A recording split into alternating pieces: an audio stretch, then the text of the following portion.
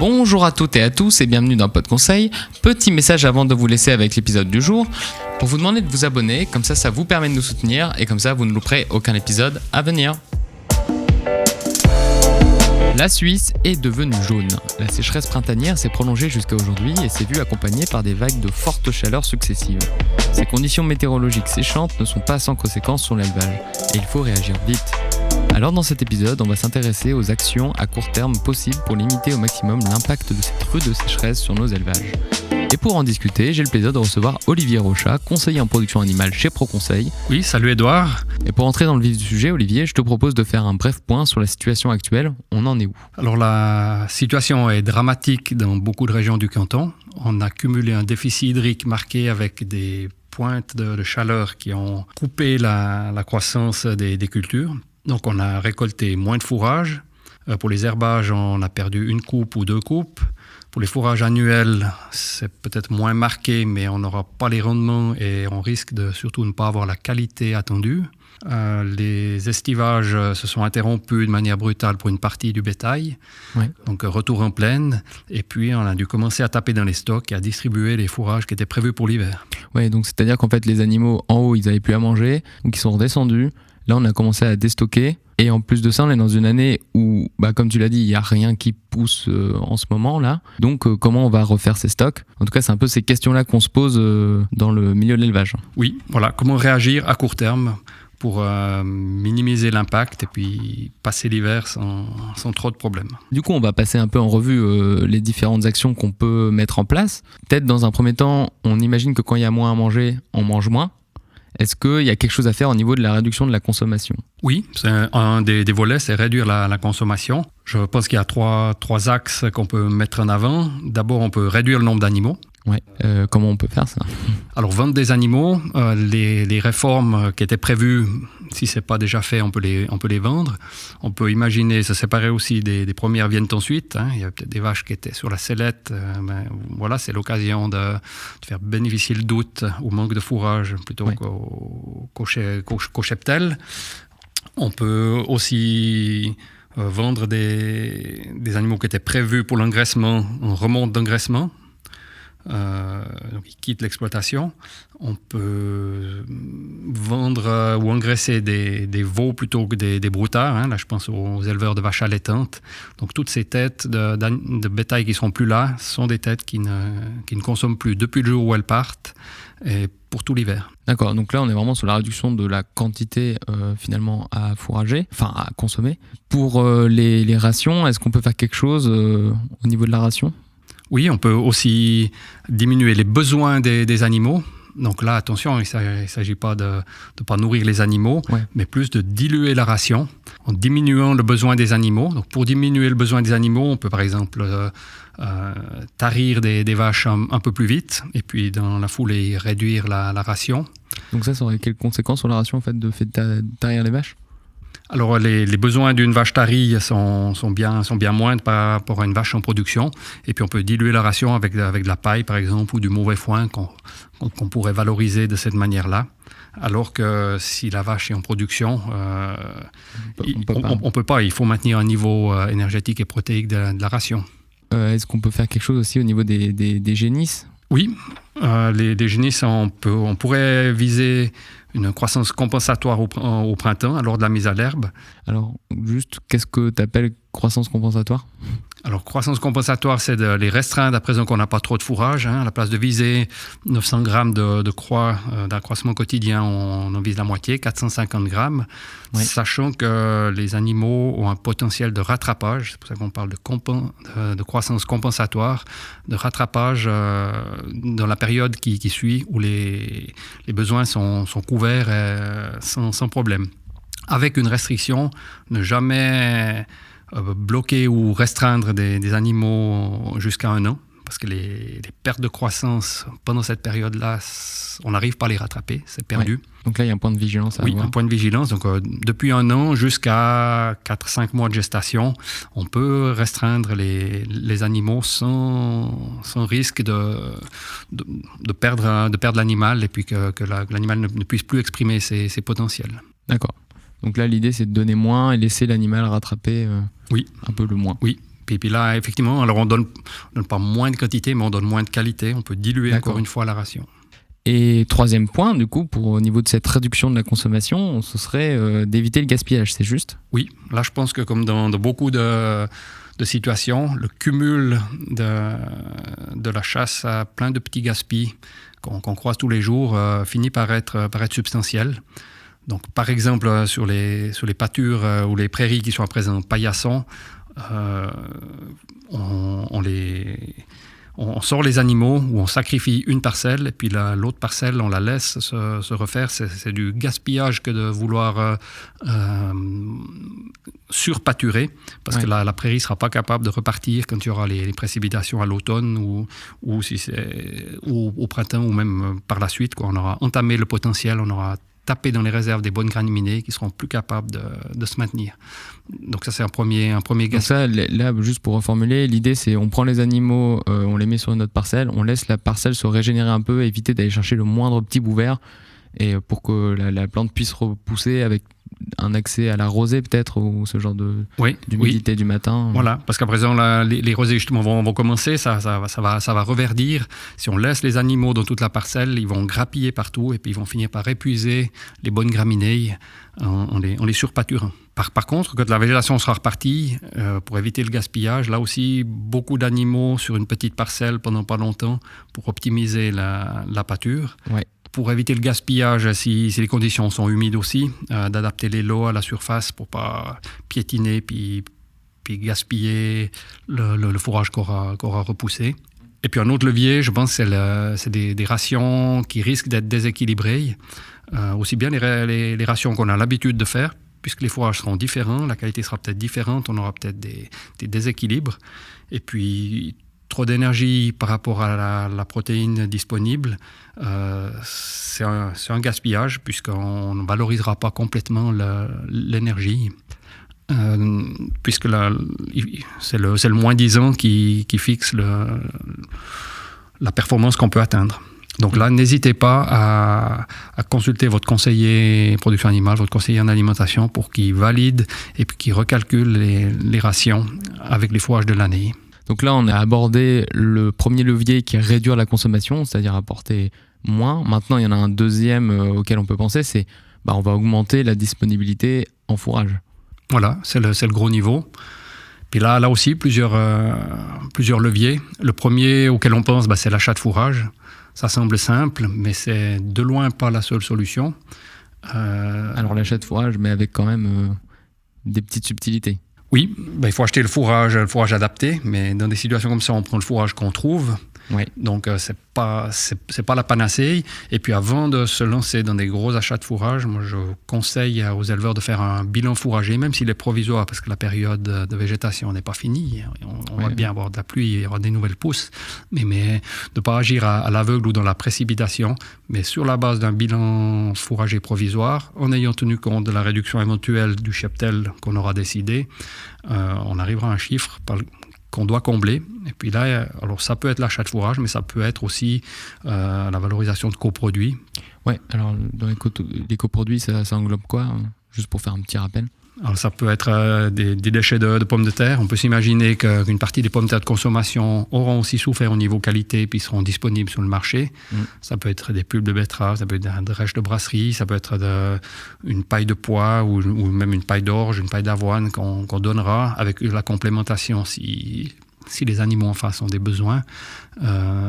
Et puis un affouragement en verre de produits ou de cultures qu'on avait prévu récolter ou vendre. Voilà ce qu'on entend par coproduit. D'accord. Donc là, on vient de parler d'augmenter le fourrage disponible, mais un fourrage externe à l'exploitation. Est-ce qu'il y a un moyen d'augmenter un fourrage qui serait produit sur l'exploitation? Est-ce qu'on a des leviers là-dessus? Oui, avec les dérobés. On est que mi-août, donc il y a encore des unités thermiques, il y a encore des belles journées, il y a encore des journées de pousse à disposition, si tant est que l'eau revienne, mais soyons optimistes, l'eau va revenir. Dans tous les cas, les journées seront plus courtes, les nuits plus longues, plus fraîches, il y aura de la rosée. Donc on va repartir sur une phase de croissance. Et puis là, les dérobés, ils sont un levier important, aussi bien pour prolonger la saison de pâture et d'affouragement en verre, voire de refaire ses stocks déjà cet automne. Oui. Du coup, il y a aussi cette possibilité de, comme on l'a dit au début, c'est que là, on est dans une période où on est en train de déstocker. Donc là, l'idée, c'est aussi de se dire, ok, j'installe une dérobée et je peux reconstituer les stocks d'exploitation. Voilà, soit reconstituer les stocks, soit en tout cas ne pas taper dedans pendant la période la plus longue possible. Et puis, avec ces dérobées, des dérobées hivernantes, on pourrait aussi viser une sortie des vaches plus précoce au printemps prochain, avec une mise en place de dérobées hivernantes, voire un affouragement vert ou de l'enrubanage ou de la récolte de fourrage qui aurait été mis en place cet automne pour une première valorisation à l'automne prochain, avant la fin de la période hivernale. Et puis, d'une manière générale, après, refaire ses stocks sur l'année prochaine d'une manière plus régulière aussi. Donc là, finalement, ta recommandation, ce serait de dire profitons de cette période disponible pour mettre en place une dérobée. Est-ce qu'on a parce que j'imagine qu'il faut choisir les espèces à installer sur son parcellaire. Qu'est-ce qu'on a comme différents mélanges à disposition ? Oui, alors il y a plusieurs catégories de produits. Je pense que les dérobées d'été, type sorgho, moa, c'est trop tard. On n'aura plus les unités thermiques. Il faut se concentrer à présent sur des dérobées d'automne, voire d'hiver et de printemps. Donc la première grande catégorie qui est beaucoup utilisée, c'est l'APP, avoine, pois, poisette. Oui. Donc ça reste une solution intéressante. C'est assez résilient au niveau de l'implantation. Hein. Ça sème à 2-3 cm de profondeur, donc c'est protégé s'il y a encore des grosses chaleurs et du sec. La graine est grosse, il y a un peu de réserve. Donc une implantation sur la deuxième partie d'août a peu de chances de ne pas s'implanter. Oui. Au niveau de la valorisation aussi, on peut la pâturer, on peut la fourrager en verre, on peut l'enrubaner. Donc c'est assez souple. Donc là, c'est certainement un choix judicieux. Oui, avec l'avantage justement de semis en profondeur pour aller chercher une humidité. Oui, si tout d'un coup il y avait une énième vague de chaleur sur fin août, début septembre. La deuxième catégorie, c'est les mélanges 100-200, donc c'est des mélanges à base de graminées fourragères et de trèfle. Oui. Là, l'implantation est un peu plus risquée, c'est plus délicat, les graines n'ont pas de réserve, ça se sème de manière superficielle. C'est assez cher à l'implantation, donc il faut absolument réussir l'implantation. Donc si on choisit des mélanges 100 ou 200, l'idée c'est vraiment d'aller chercher une pluie, même une deuxième pluie finalement. Oui, il faut absolument réussir l'implantation. Et puis, plus on va avancer dans la saison, plus il faudra viser une utilisation d'automne de moins en moins probable, mais surtout une valorisation de printemps, donc de choisir des graminées et des trèfles qui vont passer l'hiver pour avoir une deuxième coupe, même s'il y en a une petite à l'automne, une deuxième grosse coupe au printemps pour avoir le retour sur investissement, et puis deux, une quantité de fourrage. Et refaire les stocks un peu. Ouais. Oui, qui compte. Et ensuite ? Une troisième catégorie, c'est les crucifères. On les a un petit peu oubliés. Il y a certainement un effet mode. Il y a aussi un effet parce qu'on a beaucoup de colza présents dans les rotations, mais je pense qu'en cette période cruciale, elles ont une carte à jouer. Oui. Elles sont assez résilientes à l'implantation, ces petites graines grasses qui font une petite racine pivot qui descend. Hein. On le voit, du reste, les repousses de colza, c'est souvent ce qui verdit le plus longtemps, qu'on est dans la même famille. Les conditions d'implantation sont aussi moins importantes que pour un mélange graminées légumineuses. On peut presque les semer au semoir engrais si c'est pour de la pâture, il n'y a pas de souci. Si c'est pour aller en affouragement vert, il faut veiller quand même à une préparation de sol minimale. La qualité est bonne. L'inconvénient, c'est que la valorisation est plus réduite. Hein. À part la pâture et l'affouragement vert, c'est très difficile de s'ensiler, de s'enrubaner. C'est trop riche en eau. Et puis surtout, pour des bovins, on conseille de ne pas dépasser 40% de la ration en matière sèche avec ces crucifères. Et là, on pense à la navette fourragère, le radis fourragé, voilà, colza fourragé. Chou de Chine, colza fourragé, colza d'hiver, donc on peut chou de Chine aussi. Il y a des espèces pour l'arrière-automne et pour le premier printemps. L'aspect prix aussi, si les conditions sont risquées, si on n'est pas sûr que tout va lever, si tout d'un coup, a priori, on a assez de fourrage, mais c'est juste la marge de sécurité, si une partie des mélanges 200 venait à louper, on peut, sans trop grever le budget, mettre quelques hectares de crucifères en place. Et l'avantage, c'est que c'est quand même une grande famille de plantes, du coup on a le choix. Donc, oui. N'hésitez pas à demander les assortiments à vos vendeurs de semences, il y a de quoi faire. Ensuite, on aurait les raies gras, j'imagine. Oui, les raies gras purs et les secs fourragés, je les mets un peu dans la même catégorie. Donc ça, on peut les semer très tard. Ils pourront se valoriser, les raies gras notamment, avec une première coupe à l'automne si c'est poussant et si c'était semé assez vite. Un sec fourragé pourra être rapidement pâturé à l'automne et puis faire une grosse coupe au printemps. Donc voilà, avantage semi-tardif possible sur des parcelles qui seraient encore occupées par de la betterave ou une culture en place qui n'est pas prête à être valorisée. Ils sont assez souples d'utilisation aussi, pâture, ensilage, enrubanage, affouragement en verre. Donc on peut bien les valoriser au printemps. On pourrait même imaginer un sursemis de sec fourragé dans une pâture de paillasson autour de la maison pour rebooster et avoir un peu de fourrage sans perturber la pâture sur le long terme, puisque ça ferait que passer pendant l'hiver d'augmenter un petit peu la production sur les quelques mois d'hiver. Donc plutôt une vision un peu opportuniste. Voilà, tout à fait. Et au niveau des métailles, est-ce qu'on aurait des choses à proposer ? Oui, je pense que ça va être une des solutions, surtout en exploitation qui peuvent ensiler, qui peuvent enrubaner. Donc les métailles, que ce soit des métailles avec une grande partie de céréales pour faire des gros volumes de stock, alors pas forcément au premier printemps, mais sur la première moitié de 2023, ou des métailles qualité avec une plus grande part de pois et de vesses ou de févroles qui permettront de remettre de la qualité dans des fourrages qui seraient en suffisance, mais pas de qualité suffisante pour produire du lait à partir du milieu du printemps de l'année prochaine. Ces métailles, aussi, on peut les utiliser de manière opportuniste. C'est en fait des APP, une céréale avec des protéagineux à grosses graines, donc c'est des APP d'hiver. Donc ça peut se pâturer. C'est un peu cher et coûteux pour mettre à l'implantation pour seulement les pâturer, mais ça peut se pâturer, ça peut s'ensiler. Un stade précoce, moins de rendement, mais plus de qualité, ou un stade plus tardif, stade laiteux, batteux du grain, pour beaucoup de rendement, et puis une qualité un peu diluée. Et puis, dans le pire des cas, ça peut se conduire à maturité pour récolter du grain et qui pourra être valorisé sur la ferme pour nourrir les veaux ou un concentré maison pour la catégorie d'animaux qu'on aurait besoin. Et est-ce que pour les prairies temporaires, c'est pareil, il y a des choses à prendre en compte ? Oui, à surveiller. Je pense que c'est trop vite à présent pour faire un bilan.